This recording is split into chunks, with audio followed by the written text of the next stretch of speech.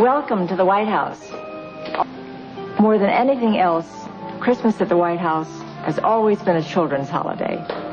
American presidents, whether they were widowers like Thomas Jefferson and Andrew Jackson, or beaming grandfathers like the Roosevelts and Dwight Eisenhower, have always made Christmas a celebration for young people. And that's true of another president who's used to having children around at Christmas. The story of the birth of Jesus. But since that time, down through the years, there have been many legends and stories and poems, and there was a great writer, Dickens, who wrote a story that lives today and has lived for many years called Christmas Carol. When Franklin D. Roosevelt was president of this country, every year he used to read that story to his family. Now, I have another piece that's about Christmas that I'd like to read to you because I think it tells a great deal about this day. It's called One Solitary Life. You know what that means, just one single life. And I think it describes the meaning of Christmas. There was a man born of Jewish parents in an obscure village, the child of a peasant woman. He grew up in another obscure village. He worked in a carpenter shop until he was 30 years old. And then for 3 years, he was what's called an itinerant preacher. He traveled around just preaching on street corners and wherever people would gather and listen. He never wrote a book. He never held an office of any kind. He never owned a home. He never had a family. He never went to college.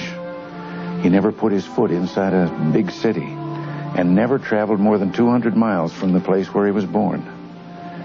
He never did any of the things that usually accompany greatness. And while still a young man, preaching as he was doing, the tide of popular opinion turned against him. His friends ran away from him. He was turned over to his enemies. They went through the mockery of a trial. His executioners gambled for the only piece of property he had, his coat.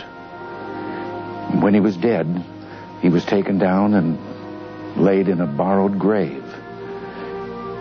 19 wide centuries, 1900 years or more, almost 2,000 have come and gone. And today, he is the centerpiece of much of the human race. All the armies that have ever marched, all the navies that ever were built, all the parliaments that ever sat, all of the kings that ever reigned have not affected the life of man upon this earth, all put together as powerfully as this one solitary life. I've always believed that the story of that young man, of Jesus, is a story of hope.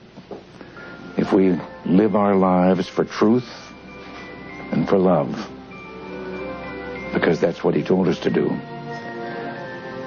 and for God, we never have to be afraid. God will be with us. He'll be a part of something much larger, much stronger, and much more enduring than any force that has ever existed on this earth. God bless you. Merry Christmas.